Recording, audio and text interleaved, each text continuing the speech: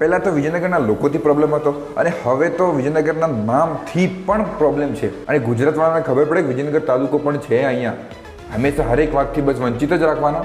તમે દિવ્ય ભાસ્કરનું ન્યૂઝપેપર ક્યારેક વાંચ્યું? એમાં આપણે હિંમતનગર મોડાસા આવૃત્તિ આવે છે, એમાં આપણે વિજયનગરના પણ ન્યૂઝ આવે છે. એમાં હેડિંગ ઉપર જે તાલુકા લખેલા આવે છે ને નીચે, એ વાંચો ક્યારેક. એમાં ધનસુરા લખેલું છે, તલોદ, મેઘરજ, વડાલી, કડિયાદરા, હરસોલ, ખેડબ્રહ્મા અને વડાગામ એમાં લખેલું છે. અને એમાં એક બીજું પેજ છે, એમાં ઈડર, ભિલોડા, પ્રાંતિજ અને બાયડ લખેલું છે. એમાં બધા જ તાલુકાના નામ એમાં લખેલા છે. અને એમાં તો કડિયાદરા તો તાલુકો પણ નથી, તેમ છતાં પણ એનું નામ છે. હરસોલ તાલુકો પણ નથી, ગામ છે, એનું પણ નામ છે. પરંતુ વિજયનગરનું ક્યાંય નામ નથી. અને વિજયનગરના બધા જ ન્યૂઝો એમાં આવે છે. સંદેશનું ન્યૂઝપેપરમાં નામ આવે છે વિજયનગરનું, તો પછી દિવ્ય ભાસ્કરમાં નામ કેમ નથી આવતું? અને વિજયનગરના પત્રકાર જેટલા છે એ પણ વિજયનગરના ન્યૂઝો આપે છે.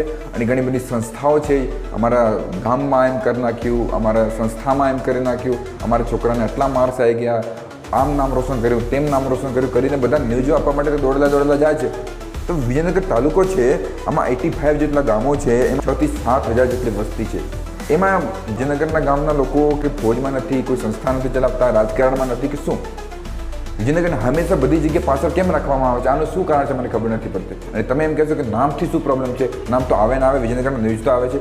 ભાઈ એક વાત કહું, તમારે ગામમાં હરેક વ્યક્તિને 50,000 રૂપિયા આપવામાં આવે અને એમાં તમારા એકલાનું નામ ના હોય તો તમને કેવું લાગે?